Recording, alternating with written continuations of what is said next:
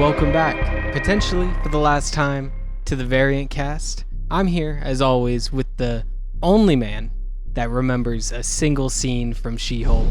Of course, Trent. Yep, glad to be here.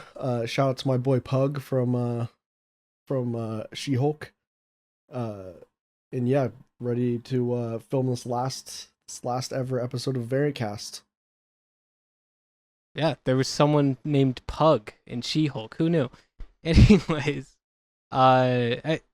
we are going to be doing our classic. If you have ever watched one of the movie preview episodes, Tot, and we're going to be finishing it out for the rest of the year, rest of 2025 movies. We got a list. We're going to take a Rot and a Tot from every month.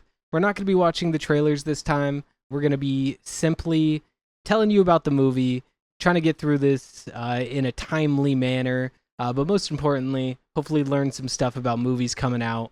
At the top of the show, I did mention, potentially the last time, we aren't going away. If you are someone that is super into our show, which I'm sure there's one or two of you, but for the most part, we think that the show's gotten a little bland, kind of lost any identity that it had. And we're also both going through a lot of life stuff right now. I am soon to be a father. I'm not going to be able to cover Superman and Fantastic Four next month like I'd be wanting to. So you may still see stuff on the channel. You most likely will still see stuff on the channel, but we want to do something that we are excited to make, and maybe something with a bit more substance than just us talking, because obviously we would be doing this even if there wasn't a recording going on. It's a good way to catch up when we don't live in the same city anymore, talk some movies and all that great stuff. But yeah, end of an era. I think this is, what would you say, episode 50? Yeah, episode 50 of this iteration of the show. I was, part of 3 iterations of the show, going back all the way to 2017, back when the variant cast, quote unquote, had its first episode, back with me, Isaac, and Julian Gray. Julian Gray, who's actually a stand-up comedian in the Portland area. So shout out to him. But yeah, it's been a fun ride. Always just talking about comic books and movies. But yeah, we're ready for something a little bit more refreshing, and I think that everyone can benefit from having a little fresh start, and that's exactly what we want to do, is have more exciting and more engaging content for you guys. And we feel like the best way to do that is to move that off of this platform and create something new. Yeah, I think whatever it's going to be better. So if you did enjoy this iteration, you will enjoy the next one. It's just going to be hopefully more streamlined, hopefully more focused. But for the time that we do have, remembering this era of me and Trent talking about some movies, let's go ahead and enjoy that, because like you said, you've been doing it longer than I have, this variant cast thing. It's always just been a way to talk, movies with your friends. And I remember when we were like 17, 18, we did an episode, but the house we were in had terrible acoustics, so we put like a massive blanket over the top of like 4 or 5 of us. It was ridiculous. I don't know if that episode ever even made air, but no, I think the file sitting where I am now, the file was too big for YouTube. At the time. it was too much. YouTube couldn't take it. We didn't know how to apparently decompress a video or compress a video at that point, but it was just raw video format straight like 4K, to YouTube. 4K, and unfortunately, 4K footage upload straight to YouTube, probably like a 50 gigabyte file. Yeah. Nice. And here we are now. We've each moved 2 or 3 times. You got a degree in the the film Sphere. I got a child on the way. Time really does fly. Yes, it does. Very, very Yes, quickly. it does. Yeah, like between Avengers movies, how much has changed. It's wild just thinking about that. Between when they started teasing the Young Avengers and by the time like the Young Avengers actually happens, my daughter might be old enough to be one of the Young Avengers, you know? Exactly. So let's go ahead and get into it. We're going to be starting with July. We're recording this in mid-June, pretty much exactly middle of 2025. If you've had a good 2025 so far, feel free to tell us about it in the comments below. More importantly, tell us your favorite movie thus far. If I had to pick one, and I'm going to throw this to you, Trent, so be prepared. I think my favorite movie of the year. Ugh. It's tough. I also don't want to like forget something that maybe came out early. I don't want to be basic and say Thunderbolts. Not that that's basic, but I'm gonna say Thunderbolts because it really is like it outside of like the MCU of it all. I almost wish it wasn't attached to the MCU, and I think people would like it more. It probably would have done even worse at the box office, but it's a really, really good movie that I think a lot of people just write off as MCU like trash, but I think it's one of the best movies in the action genre to come out in theaters in a while. And obviously you have your non superhero stuff that is really well made. But I think Thunderbolts really had a lot more heart than a lot of the Mission Impossibles, a lot of the Fast and Furious movies. Like there was just more heart in it to me, and outside of like a quippy James Gunn like project of a team growing together, it was a really, really good adaptation of a team that may not get along and has a lot of more deep-seated issues and deals with more darker issues, while still, remaining hopeful, which is, I think, what you want from a movie like that, or else it just goes into full, like, darkness territory. But enough about that. We've talked enough. Thunderbolts. Trent, what was your favorite? I'm going to probably have to say Sinners is probably my favorite movie of the year. I just watched it a couple weeks ago, and it stuck with me ever since. Michael B. Jordan is fantastic in it. The messaging in it is great. There's a good song in it that really fits the movie really well. And and Haley Steinfeld kills it with an honorable mention being Warfare. I just watched Warfare as well, and probably one of the best war movies I've ever seen. It's by the director who did Civil War and Annihilation, the Alex Garland, and it's like a real story based off of this group of soldiers in Iraq, and just like the perspective of it, and like the fact that like there's like so many characters in it, and not at one point does one have like a backstory or something that you always see in like the war movies like that. And just the true rawness of that movie, I feel like also just has stuck with me ever since I watched it. So yeah, those are definitely the two movies I watched this year that impressed me the most.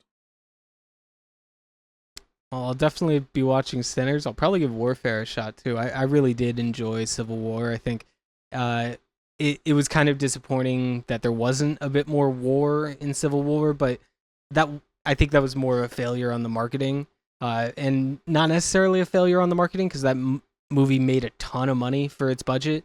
But it was much more like focused on the journalist than it was the actual war aspect.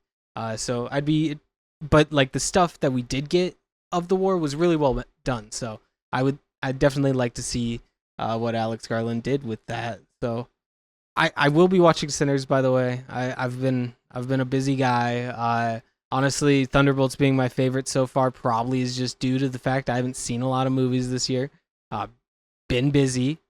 So don't hold that against me. But I will have that watched by the next thing we film. I'll probably be watching that tonight. It just came out on digital. So very excited about that. It's definitely my type of movie. So let's go ahead and get into the future. Enough about what's already come out. Let's look ahead and make some predictions. We're pretty decent at this prediction thing. Maybe some of you in the comments think you could have done a better job, but this is what it looks like here. So I am sitting at a record of 35-14, and Trent very close with 34-15. So it'll definitely be decided today. Here are the predictions. It can be a little confusing if you're looking at this. Red means it's wrong. Red doesn't mean it got a bad score. Red means we just predicted it wrong. So like Trent thought Migration, Wonka, and Self-Reliance would be bad to start. All of those received decent scores. And really him missing on those rots early on really crucial. Set him behind. The tots I do think are a bit easier because you only need it to be like a 60, and sometimes you'll got like I thought The Gorge was gonna be bad and it got a 63. So sometimes you'll take L's like that, but overall it is fairly easy to predict. Let us know if there's any of these that you're shocked that we thought were gonna be bad or good. Probably our biggest blunder is both of us, but I'm the one that picked it, thought the movie Crow looked good. The trailer I thought looked pretty nice, and it did like a 20% on Rotten Tomatoes. So probably my biggest miss of all of this. But it's kind of a fun little prediction game going off of just the names we see. We normally do trailers, like I said, but this is going to be just the information we know right now. So for me, maybe a little less than it should be, but we'll be going through, and I'll go ahead and start us off since I'm winning. So, do you want to start with a particular order, or just like pick a rot or tot from each month going back? Yeah, you could just pick either one, a rot or a tot for each month. All right. Well, I'm going tot then, and I'm going Superman. Superman on tot. I think this movie is going to be a cultural moment. It is going to be the introduction of the character to Gen Z. I don't care if you're my age, you're older Gen Z and you saw Man of Steel. I don't consider that a great representation of the character. From what I've heard from really diehard Superman fans, this is going to be a more comic accurate representation, and obviously that gets some people's panties in a bunch, but I'm not one of those people. I think comic book movies should be campy, should be comic booky. They should have things that make you feel stuff, because at the end of the day, comic books have always just been analogies, and if the analogy isn't interesting and isn't well done, it's not a good movie. That's how it's always been. I will miss the penis rockets. I do hope they make a return. I think that was it. Zack Snyder, he is the blueprint, and that blueprint is a penis-shaped rocket. I believe that's how it should be retconned, that is just how Kryptonians travel everywhere. I think that's a good creative choice. But this movie starring Daniel, how do you spell it? Corn Sweat. I'll know how to David Corn pronounce Sweat. it. Yeah, David Corn Sweat. Gonna be a household name after this movie. Gonna be one of the biggest stars in Hollywood after this movie. I don't even think his performance needs to be that great, because they are gonna put so much around him in terms of just set piece after set piece. I think it's gonna be a fun movie. From what we've seen of just like the trailer, I haven't even seen the latest trailers. It looks like there's a lot of really, really fun set pieces that I'm excited to see unfold. It's one of the movies that comes out within 48 hours of the due date, so I probably won't be able to see it, which is a bummer because I've been looking forward to this movie. But it'll make it all that more sweet when I get to watch it at home. And if this movie is bad, I will change my daughter's name to the Snyder Cut. Love that. If we can hopefully that clip does numbers on shorts. And what should actually be bad, and that's like the one thing you're I'm gonna have for to just leave doing it because yeah, everyone's harassing me to follow up on my bargain. Yeah. Okay, word. But yeah, I mean the world building, everything like you were saying, and the performances seem great from what we've seen. I can't imagine that Superman isn't the top. I think even if it is a top at like a 60%, that'd be a disappointment, but it would still be a top though. And I think that in terms of the DCU, they need it to be a hit. Oh yeah. Moving on. My top pick is going to be maybe a little bit of a surprise, but only because I feel like we've talked a lot about Fantastic Four.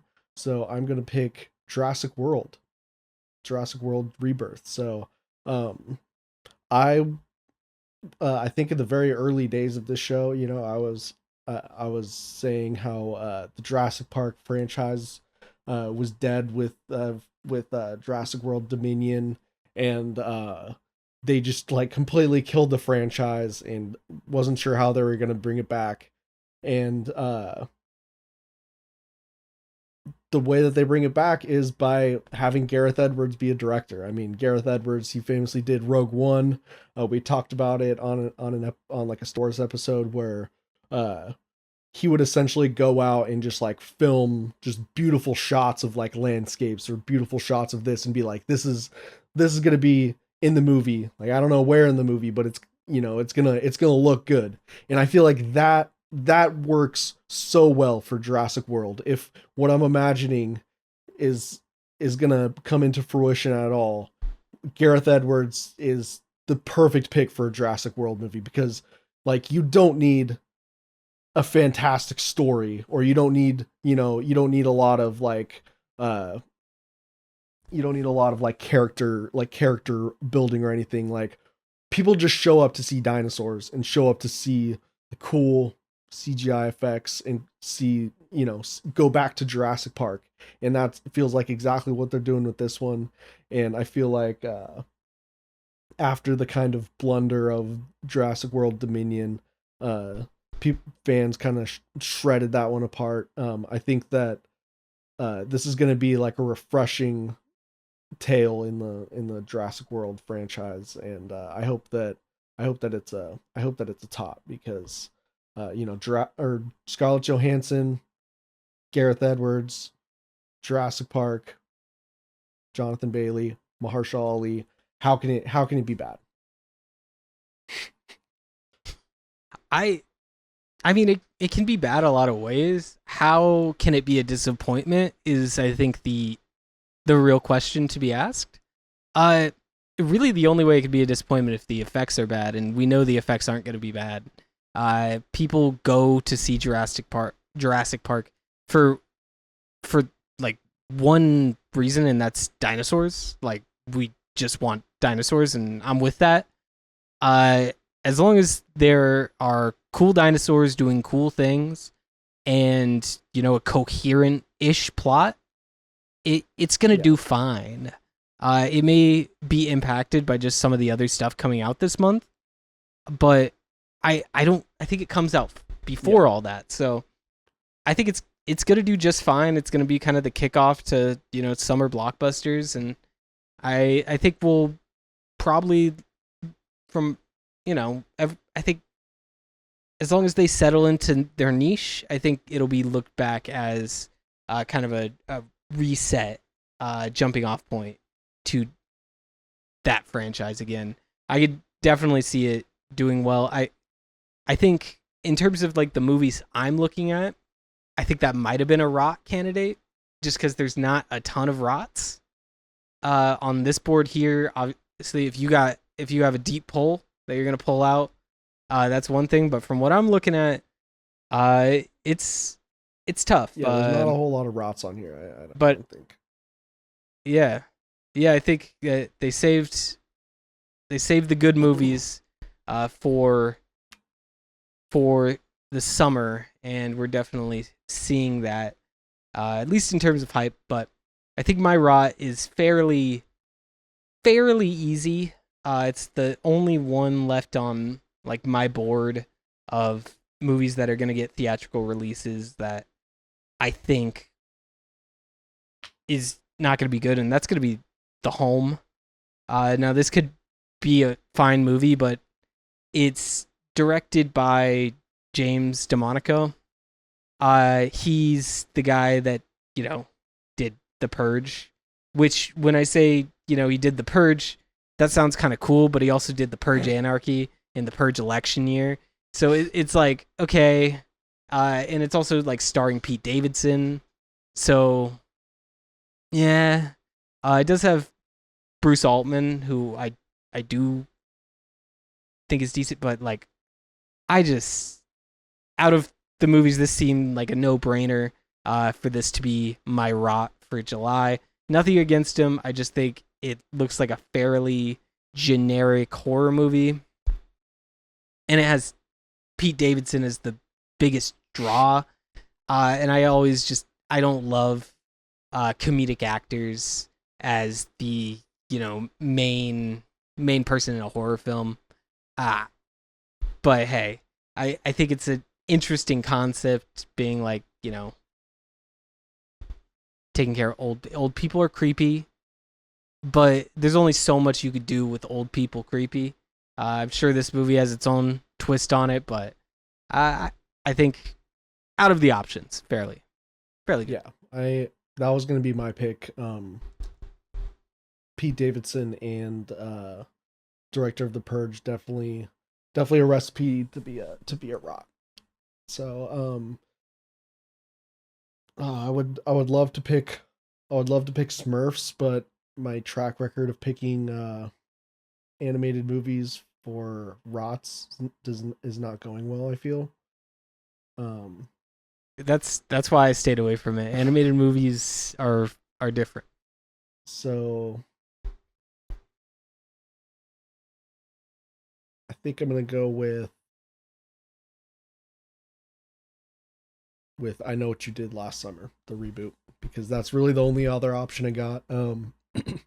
Seems like this is a reboot or a sequel to an old thriller movie featuring characters from the old one as well as the new one, maybe. But yeah, it just again, the combination of a couple things: a sequel to a horror movie, and a cast that, like, kind of a big ensemble cast. I don't think that there's going to be enough really draw for any one particular. I mean, the biggest person you have on this list is like Camila Mendez, maybe Freddie Prinze Jr., Jennifer Love Hewitt. Jennifer. Yeah. But yeah, that's gonna be my rot pick for July. Yeah, I'm weirdly interested in this movie. I was picking between this uh and like The Home, obviously. Both horror movies probably have a lower budget. I do like the director of this, Jennifer Caton Robinson. She did Do Revenge. She was also a screenwriter on Thor Love and Thunder, but you know, uh she did Do Revenge, which was like a Netflix high school movie. It had Camila Mendez in it. And it was probably the closest thing to like a Mean Girls type movie that was actually like well made since the original Mean Girls. I really liked Do Revenge. I think you don't need a Gen Z Mean Girls. Do Revenge is that.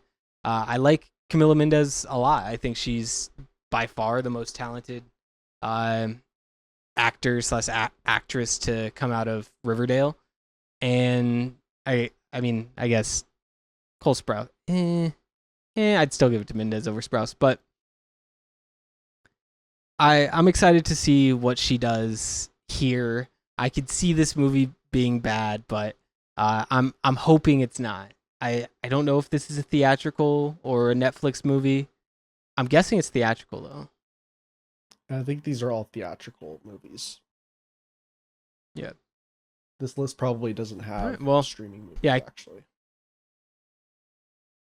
Yeah, that makes sense. Which I guess that's a good stipulation for picking the rest of the year. So I feel like we definitely got, like, in terms of our like overall record, we definitely made some ground just picking rots and Netflix movies.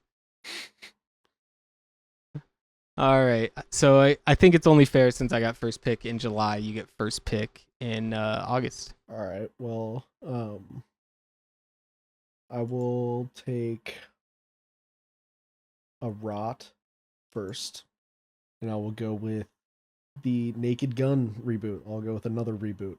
So this is I knew as soon as I saw this trailer in the theater that I was going to be taking this as a rot on Rot or Tot, because before it even showed Liam Neeson, I was like what the hell even is this movie?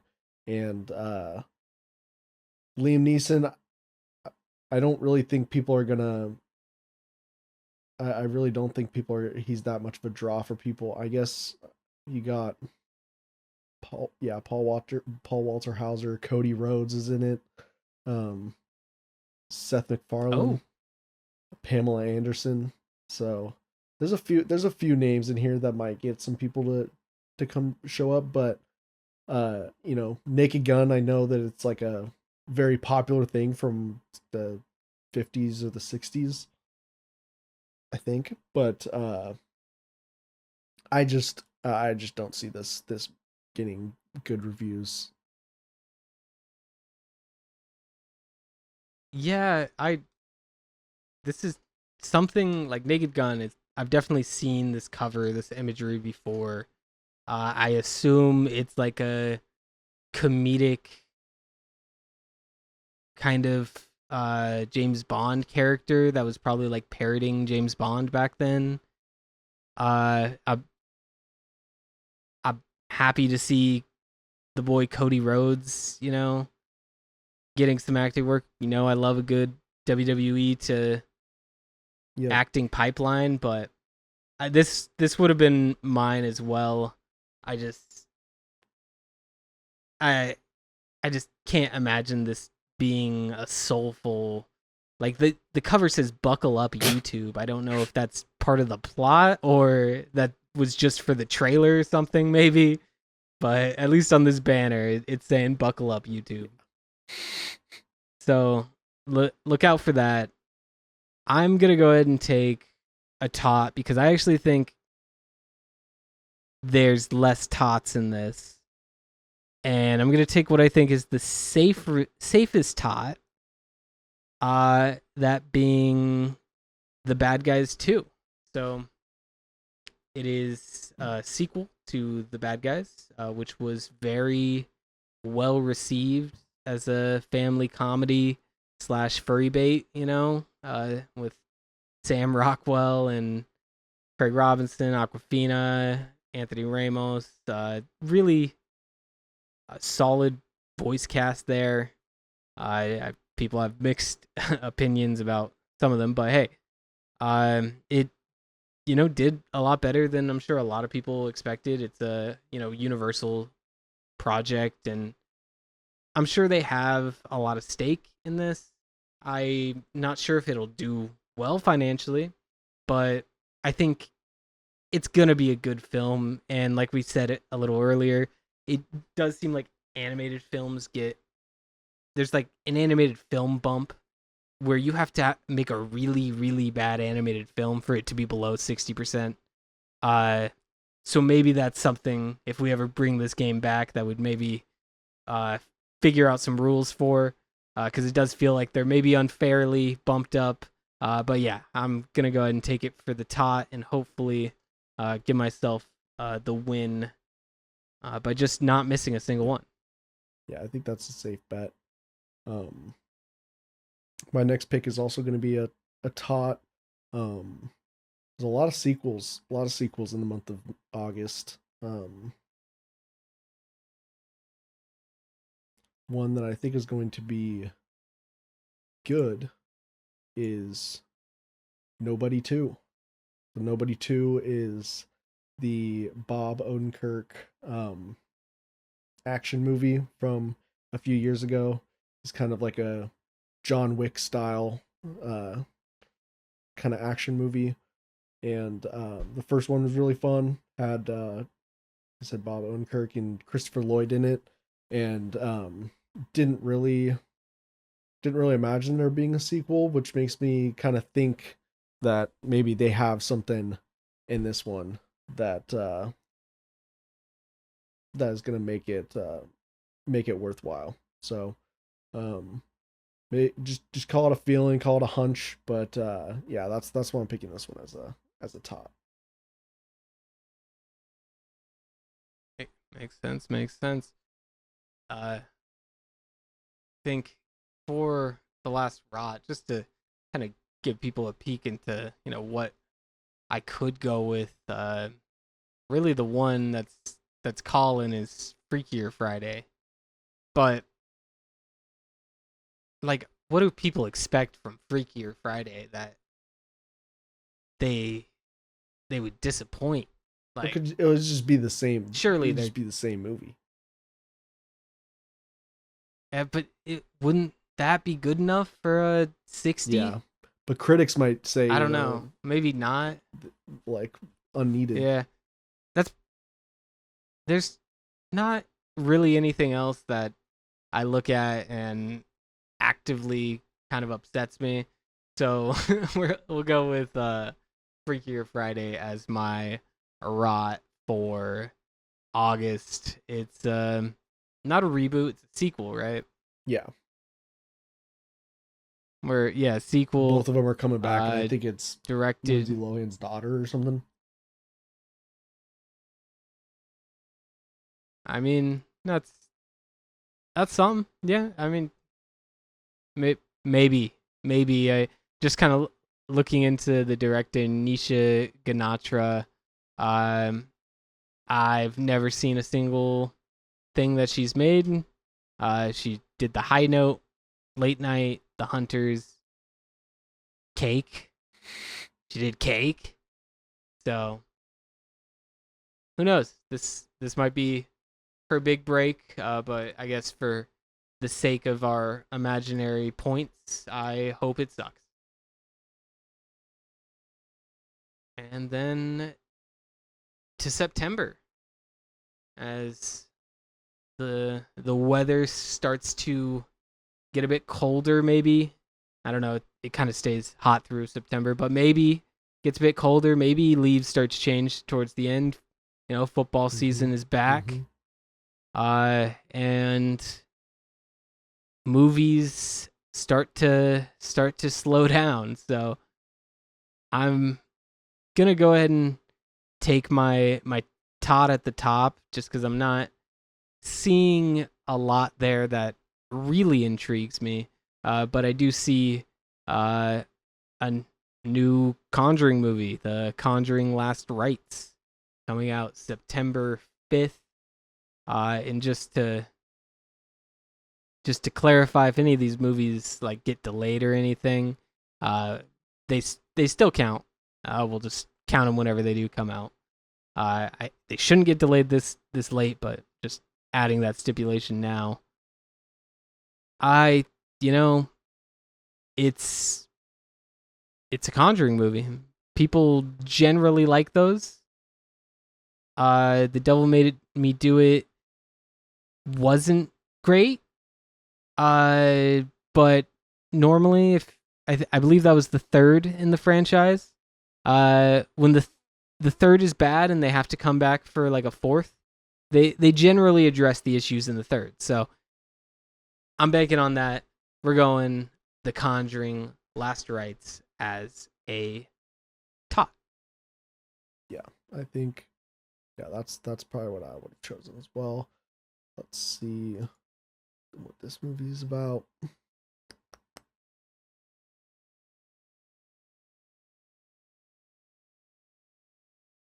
I will be taking a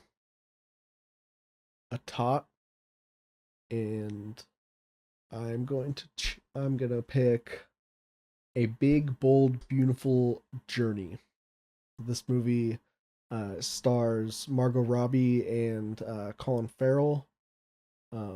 Looks like it's kind of like a rom com type thing where they kind of, I guess it's a drama slash fantasy, where there's an event where they both, I guess, get to relive important moments from their past and get to choose to change their future or not. So having Margot Robbie and Colin Farrell and who else? Phoebe Waller Bridges. A lot of big names in this movie, and I feel like it'll probably be one of the kind of, I don't know, maybe generic drama movies that gets a high rating on Rotten Tomatoes that you don't hear about 2 weeks after it's out. But yeah, it looks like a tot to me. Yeah, I mean, I gotta shout out the director's name, which apparently is a pseudonym, and his real name is not publicly known. So he goes by Coganda. Coganda. So that's cool. Looks like he's done various videos and stuff. He became best known for writing and directing feature films. He first gained recognition with video essays. So yeah, he did video essays for Breaking Bad, and now he's directing a movie with Margot Robbie. So shout out Coganda. Looks like he probably pronouncing that wrong. Helped direct After Yang, which I know is another Colin Farrell movie that came out a couple years ago. So, big actor like Colin Farrell, loving to work with a director like that. Love to see it. Yeah, I think it's cool just seeing people that were outside of Hollywood getting chances to make this stuff happen, because as I'm sure anyone that is kind of into this space is aware, it can be really hard to break through if you aren't the son of someone, daughter of someone, or know someone. So we love a self-made video essay king. I look forward to who would I want to see direct a movie? Well, there was the dude, the back rooms, like the back rooms video, the like the viral, so that Mhm. like that dude who made that video like in Blender or whatever, like he got like a contract with like A24 to make a movie. That's awesome. I feel like we're about to start giving that out for AI. I don't know if you've seen the Oh yeah, Yeti my sister sent vlogs me that those. that one guy does. Yeah, my my like 80-year-old grandfather he was like, "Oh, let me show you this Bigfoot." And he's just like showing me these. He's laughing at him, and I'm just like, "This is transcending generations. Everybody loves this Yeti. He's about to get his own like Spike Yeah, TV yeah. show here. Wild stuff." Um, yeah. So what? I have to pick a rot. That's what's happening. Uh, I guess I'm gonna go with this. I think there's a lot of movies to pick from, but I it's not the most star-studded slate as this kind of like a dead time with September before we get into the holidays. I'm gonna go ahead and take Gabby's Dollhouse, the movie. Yep, yep. Movie? I don't know, or just Gabby's Dollhouse, the movie. The family adventure directed by not Coogler, Craigo, Ryan Craigo, who has never really made a movie. He's just done animated TV shows, and from what I could see, this is not animated. It looks live action, and for how lenient critics can be on like animated kid stuff, they seem to be pretty harsh on live action kid stuff. So I guess I'm banking on that as Kristen Wiig, Tara Gabby's Strong. Gabby's Okay, if Tara Dollhouse is Strong's an in it, there's American some animated. interactive television series created by Blue's Clues veterans, Tracy Page Johnson and Jennifer 20 for Netflix. But it is, oh, It's it a is a Netflix Netflix show movie. that was So they're then, making a I movie. guess this is the movie. This is the movie to the Netflix show, but it's getting a All theatrical right. release. Yeah. Getting released in theaters. So Out of all the Netflix look at that. movies, they're like, you know what? Let's release Gabby's Dollhouse in theaters. This is the one. Nothing else is that. I mean, there's no other kids movies like around that time, so they probably just looked at the release slate. We're like, hey, we could get this thing in before Pets on a Train. Let's hurry. Oh yeah. So I guess I have to pick a rot, and my rot is going to be Spinal Tap 2. Spinal Tap, movie from I don't even know when it came out. Way before I was born. Yeah. What is Spinal Tap? Let's look it up real fast. Yeah, we Spinal Tap 2. Everyone was following a 15-year hiatus. Spinal Tap, the comedy musical that um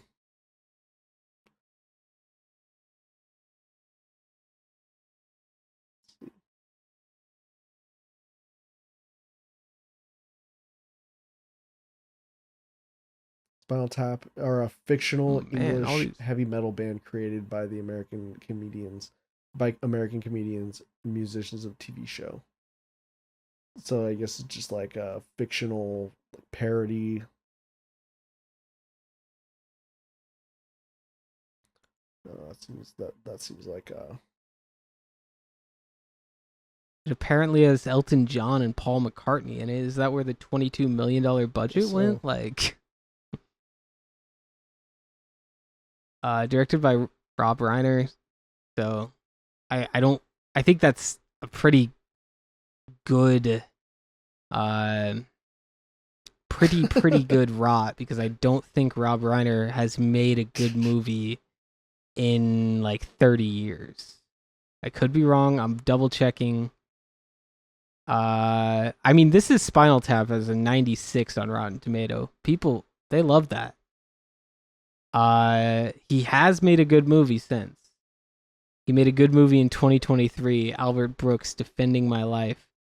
Honestly, all he makes is good movies. I take it back. He had a rough spell there in the 2010s. But, you know, That's gonna be my undoing, picking Spinal Tap 2. oh wait, okay. I think you might be fine. I was looking at acting credits. He's done a lot more acting as a director. It's hit or miss, but it really could go either way. It depends, how bad people have been wanting Spinal Tap 2, which may be really bad, I guess we'll find out. Ask your local millennial. One of the movies that wasn't picked that I was kind of interested by is Him. It's produced by Jordan Peele, which it's just wild that as a director your name is like so small, and then the producer, because it's Jordan Peele, has to be absolutely massive right there. It has Marlon Wayans, Tyreek Withers, Julia Fox, directed by Justin Tipping, and it is another, I guess you could say, head trauma football movie. Obviously, there was Concussion, which made a lot of waves in the football world, and now it's kind of quieted down with new like safety. But he apparently gets attacked by an unhinged fan and suffers a potentially career-ending brain trauma. At like the combine, he gets brain trauma, which seems like a needless inclusion. He could have just got brain trauma playing. But it kind of sounds terrible now that I'm reading it, but didn't pick it. I got Gabby's Dollhouse, the movie, It's instead. like based off of a true story. And I'll have to. There's no way that's based off a true story. We know about it. It doesn't. No way it says that, right? No. Okay. Just like why would they? I don't think so. It's very odd. You don't see many like football movies, and when they are, they're generally biopics. Especially when like, something's like, oh, this Madden is like coming probably up going to here. be like a momentum shifting event in like the football world, Yeah, but this one was, I guess, someone has a weird story that they cooked up that they want to tell. So, I guess I'll look forward to that. I generally watch football movies. I don't know if I'll be watching that one, but we'll get to it eventually. Now it's your shot with October. Oh my god, dude, this this trailer for this movie is just shot like a freaking Nike commercial. All right, so let's look. October, better movies than September. I will say that. Movies that I've actually heard about, at least. I'm gonna be taking a. See, there's a couple tots on here that I would take. I'm gonna go with Tron. So a lot of people been asking for more Tron movies. This one looks really good. No de-aged Jeff Bridges this time. We do have Jared Leto, so it might be a little bit more scary for people. But from what I've seen, the effects and the story of this one look really good. It's got Evan Peters and Greta Lee in it, and Gillian Anderson. So you know, and Cameron Monaghan got my boy Cameron Monaghan in it. So shout out.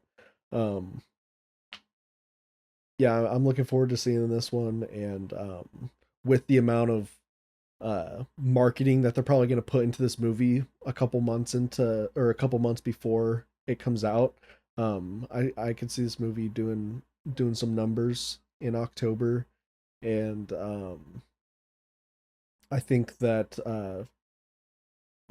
they're bringing it back. I think they'll probably have a pretty good story to tell, and I think the critics are gonna like it. Yeah, I can see it. I I think that they've tried it a few times now. Hasn't necessarily worked, but I think we're finally in the era that this might be the year of Tron. We're all talking about Superman, Fantastic Four. It's Tron season, but I need to probably get my rot because I think there's a few tots, but I'd rather have first pick of rot. I'm gonna take the Black Phone 2. There was a few I thought about Mortal Kombat 2. The It's a sequel to the 2021 Mortal Kombat movie. I just don't want to root for it to be bad. The first one wasn't very good. It got like a 55 on Rotten Tomato. It but it had its moments, and I really just don't want to root against it. I think that would have been the more logical choice. But instead, I'm going to take the Black Phone 2. The first Black Phone came out, I don't think that long ago. I think it was 2022. Yeah. 2022. So it's like a, soundproof basement, 13-year-old boy, murder victim stuff, horror, thriller, mystery, all that jazz. I just think once you do the sequel to something like that, it's very hit or miss. If you can reinvent the story to where it's interesting and still somewhat resembles the first movie in terms of tone, then it'll be fine. But I don't think anyone was like screaming for a Black Phone sequel. I I would much rather this movie not be good than Mortal Kombat 2. I just really want Mortal Kombat 2 to be good. So this is Cope. This is my Cope pick. The Black Phone 2 as a rot. Yeah, that's a solid option. My well, just thinking of the one I'm gonna pick. Oh, yeah. So the other one that I was pretty sure was going to be a rot is Good Fortune. So Good Fortune is Aziz Ansari's, I think, directorial debut, if I'm not mistaken. Starring Seth Rogen and Aziz Ansari and Kiki Palmer, with Keanu Reeves playing kind of like an angel, I think, uh, an inept angel that meddles in the lives of a struggling gig worker and a wealthy venture capitalist. Um, I I like Keanu Reeves, but I feel like this is just gonna be a movie that they probably were just showed up to have a good time. Not necessarily gonna be the best movie. Aziz Ansari is very hit or miss for a lot of people. Uh, Liked him in Parks and Rec. Don't know if he has the the chops to direct a competent movie, but we'll see. But everything that I've seen from this so far, it looks like a rot.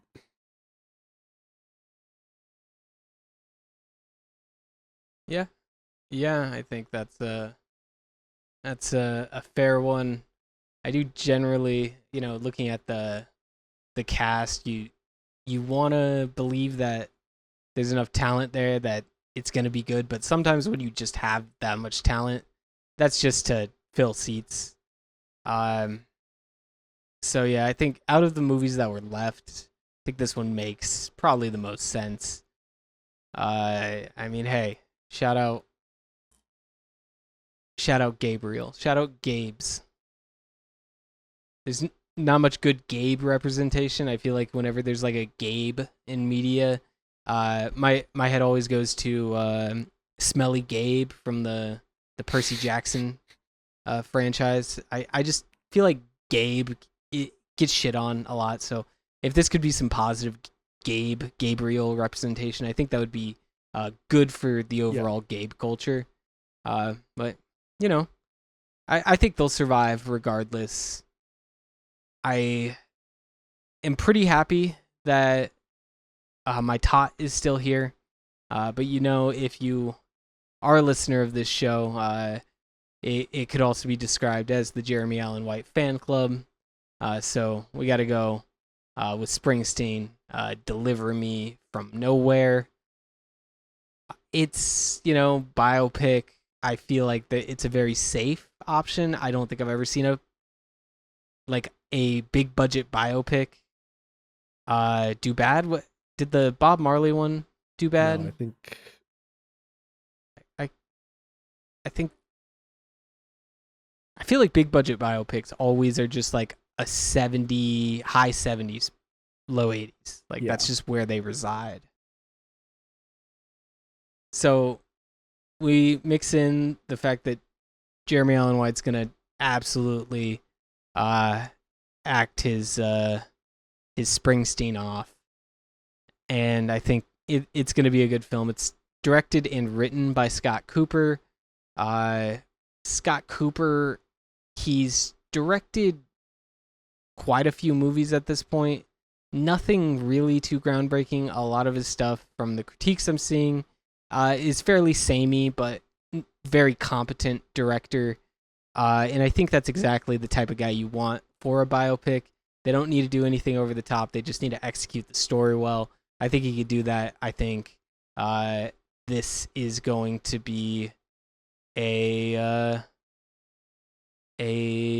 Oscar nom. Yeah, I'll call that now. Will be Jeremy Allen White's first Best Actor nom. I'd love to see it. I definitely think it's going to be a tot as well. Everything that I've read about it, Bruce Springsteen, I'm pretty sure he was like heavily involved in the shooting, and he was on set always just hanging out with Jeremy Allen White. So I think that it has a recipe to be a really good movie. The other tot that I was thinking about taking was Roofman. Roofman, I've been hearing a lot about, starring Channing Tatum and Lakeith Stanfield, Peter Dinklage, Kirsten Dunst. A lot of good names on this. It's about a dude who pulls off 60 McDonald's heists, and then or by breaking through the roofs and holding the employees hostage. So I think it's like a crime true story, but it's like based off of like a real event that actually happened. But so yeah, I'm very much looking forward to that one too. So that would have been my other tot that I would have chosen. Do you want to start us off with in November? Yeah, we gonna start getting into these, more highly anticipated films. We took our fall break in terms of not much going on, but we're back into it. I think there's two fairly obvious tots here. So I should probably just take a rot if we're going like trying to play this strategically. That's tough too, just with there's not a lot of movies that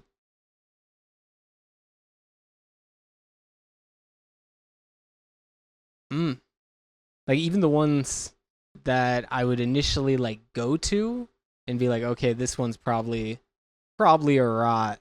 They have good directors that have a good track record, but I think I got to just go what I think is the smartest move, and that's taking a Adam Sandler Netflix movie called Jay Kelly, which will be coming out on Netflix or theatrically November 14th, and then on Netflix December 5th. So is getting a theatrical release. Apparently, produce Amy Pascal is getting a producer credit on this. Stars George Clooney, Adam Sandler. It's an interesting thing. The only description is a heartbreaking comedy starring George Clooney, and then the plot described as a funny, emotional coming of age film about adults, which I don't know how you have a coming of age film about adults. That seems to be kind of redundant a little bit. Obviously, like adults grow and stuff, but the coming of age genre is generally there for a reason. I think we just call that a movie when it's about adults. So that's fun. It is going to be R-rated. George Clooney, Adam Sandler, and the mastermind behind the Sony Venom universe coming together to hopefully give me one more rot. Yeah, I think that yeah, that's a good pick. Um, staying within the Venom universe. This next pick is going to be my rot. As much as I hate to say that, because I really love these movies. The director of Venom 1 is directing the new Now You See Me movie, which they finally recorrected. Mm. You know, it was called Now You See Me. Second one was Now You See Me 2. They finally course corrected. When I saw this, I was like, "Oh my god, they finally did it. They finally called it Now You See Me, Now You Don't." What the title of the second movie should have been all along. But I mean, these movies are a lot of fun. Jesse Eisenberg, Woody Harrelson, they're bringing back Isla Fisher. They're introducing like a new team of magicians with Justice Smith from I Saw the TV Glow, and Dominic Sessa from the Holdovers. So really looking forward to seeing them in this, but I feel like it's just gonna get bad reviews. As much fun as it's gonna be to watch it. Yeah, I think most of the responsibility is gonna fall Yeah, on the writers. And looking into the writers, there's Eric Warren Singer. He hasn't done much. This is his second writing credit. And but there was two. The other one is Seth Graham Smith. He wrote on Abraham Lincoln Vampire Hunters or Vampire Hunter, and then the Lego Batman movies. So there's some decent stuff there. I think it would surprise me if this movie came out and everyone was like, "Oh, it's so good. It's reinvents the franchise," or I don't think you call this franchise, but I think most likely it's gonna be kind of a jumbled mess. But it'll have enough good scenes to like make the rounds on TikTok yeah, and all that stuff. So in that way, yeah, probably a success. Just have some yeah. cool tricks. Yeah. So now I get a tot, and I'm picking between two. I think they're both safe bets, but I'm gonna take the one I think is the safer bet, and that's Wicked for Good. I'll let you, if you'll probably pick the other one, so I'll let you talk about that. If not, we'll talk about it for a second. But I just think Wicked was good, and this was filmed back to back with it, all the same people. I think even if this one is a step down in quality, which would be a surprise, it's still going to be a good film. I don't think there's any way that this is a disaster anyway. I think this is as safe as you can get in Rotter. Uh, so I'm feeling good about this one as a top. I think that's a safe bet. If I'm gonna just go for the safest bet, um, I'm just gonna go with Zootopia 2. I mean, Zootopia 2, Zootopia, fire animated movie, big fan base, um, and like we've been saying about animated movies, it's hard for them to get a bad rating. So that just seems like a safe bet. Um, This is probably the highest grossing movie of the year. yeah, This or yeah, Avatar. and I did want to give an honorable mention to Predator Badlands because I do think that movie looks really good. Prey was an amazing movie. It's by really the same director, so I could totally see this movie just being as good as Prey. And so yeah, I think that movie is gonna be good as well. But Zootopia 2 more surefire gonna be a hit. So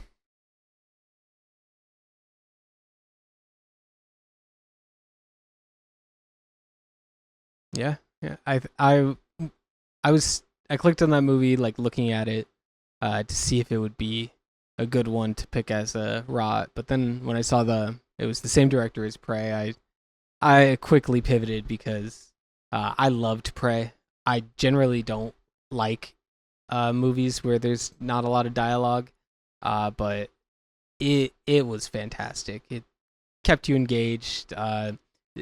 The acting and the direction, for that matter, of just like communicating without words that we got to see was probably some of the best that's been done in anything I've seen. Pretty much as good as you can do without actually talking. So I'll probably be watching that one. I think if I have one critique, I don't really know what's going on with the franchise. Is this a continuation? Is this going to be a new Predator? Do I need to watch the rest of the Predators to understand this Predator? Probably not, but I do. It does confuse me a little bit. You know, we got more Alien movies coming out, so who's to say that they're not going to be like, you know what? Let's just do another Alien versus Predator movie and just throw them all together again. So I do like the idea of just taking Predator and just like putting him, or Alien, whatever you do, just putting in different time periods, because that's what they kind of did. Like they did colonial America. Just even going further back, having knights and stuff fight him. I think that's more fun than, you know, the guns in the jungle that we Marvel just released pretty like, used to at this point. Since they own Predator now, that's Predator like kills the Marvel universe or something. So it's just like Predator fighting all of Marvel. So I think this December is a little less juicy than I would think. You start with December, okay? Yeah, because I think there's one clear tot in December, and then there's kind of just a lot of question marks. Yeah, in my I think my tot, I'm sticking by James Cameron, Avatar, Fire and Ash. You know, third one needs to be good for us to get 4, 5, and 6. So, you know, let's hope it performs well. Let's hope that this kind of reinvigorates the franchise. You know, the Ash tribe. From what I've heard, you know, that's kind of like they're kind of like the atheists of the Avatar world. because like the Navi, like they're all about like uh like praising Awa, and like praising like the tree and like the tree of life and all that stuff. But like the Ash tribe, like all of their stuff was like destroyed by was like destroyed. So they're very much like, oh, we don't believe in Awa, and Awa like did this to us or whatever. So I think that's a really interesting concept if they pull it off correctly. I have no doubt that that's gonna look as good as the first two, and have no doubt that Jake Sully's gonna be up to no good in this third one.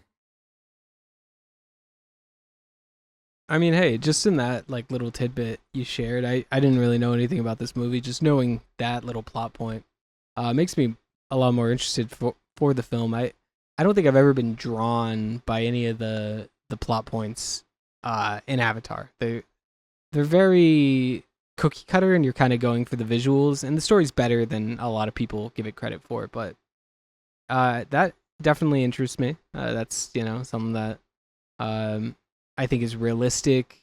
Something I wouldn't have expected, just because it is a more nuanced topic that has parallels with today's society and all that great stuff. But I uh, I I thought I was picking first, and I was like having a internal thing with myself of like, oh, do I take Oh, Avatar from Trent? It's the best you were one gonna pick? here, Sorry. but no, Oh, gotcha. I thought it was my pick, but it was yours. So, but I mean, looking at these, I think there's a pretty clear rot. So I'll just take that. Five Nights at Freddy's 2. Critics hated this movie. I just double checked. 32%. I knew it wasn't great, but I think that's a little harsh. Uh, it has an 86 on the audience score, so audiences loved it, but it if it's just one of those things that like certain age groups hate, and I think we're at the point where like I think our age group like mid to late 20s, they're starting to write reviews, they're starting to be film critics, and they hate Five Nights at Freddy's just as much as the millennials and the boomers do. So I don't see that turning around anytime soon. So I think this is a pretty safe rot, because they have no reason to. It made a lot of money. They have no reason to change anything. So I think it's just going to be more of the same that we got in the first one, and I think that's going to lead to more of the same audience or critical reception there. I agree, and I think the other surefire rot on this list is going to be the SpongeBob movie, the next SpongeBob movie, which I think is probably cheating, because I think this is also on Netflix. This is probably also releasing on Netflix. I guess so. Getting a theatrical release. Yeah, I saw that Spice. headline last week that Ice Spice was cast in the SpongeBob movie, and good for her. But the the George Lopez. Yeah, SpongeBob movie's totally gone downhill since the first one. The last, I mean, I'm just solely basing this off of me and my sister watched the what was it, the Sandy Cheeks movie that was released back in December. The worst hour of my life that I will never get back. It was so bad, and it was just like, yeah, it was just brain rot, just pure brain rot. And so that's what I can only imagine the SpongeBob movie is going to be, and definitely think it's going to be a rot. Yeah, I think that's a good call. Just looked into the director, Derek Dryman. He only has one other movie, Hotel Transylvania, Transformania, stellar. Got a 47%. And it actually was co-directed with Jennifer Kluska. So this is first uh, by his own, and it's a SpongeBob movie that's titled Search for SquarePants. So the cards are stacked against him, but good luck to him. So what do I need? I need a tot. I need Yep. the final tot ever. The last draft pick. Just to give some context to the other movies, we got Hamnet. Hamnet. That's a story about William Shakespeare's wife. That's interesting. There's Ella McKay, young politician juggles work and family responsibility after being her state's governor. That's super cool. Anaconda, which is about a comedic adventure to capture the world's largest and deadliest snake, with Paul Rudd and Jack Black. I don't know if I want to put my eggs in that basket. The Housemaid, which has Sydney Sweeney playing a struggling young woman who is relieved to get a fresh start as a housemaid. That's a movie. Man, This next one, that's the one that you're gonna pick. other This one, from what I've heard, it actually seems good. Marty Supreme. Yeah. what, Marty Supreme? Yeah, Marty Supreme. It apparently still in development. It's not even done filming. Has Gwyneth Paltrow, Tyler the Creator, Timothy Chalamet.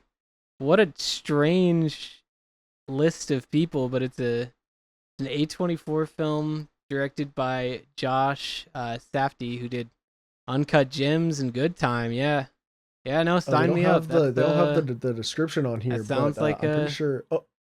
Oh yeah, ping pong player Marty Reisman. So Timothy Chalamet is playing like a pro ping pong player.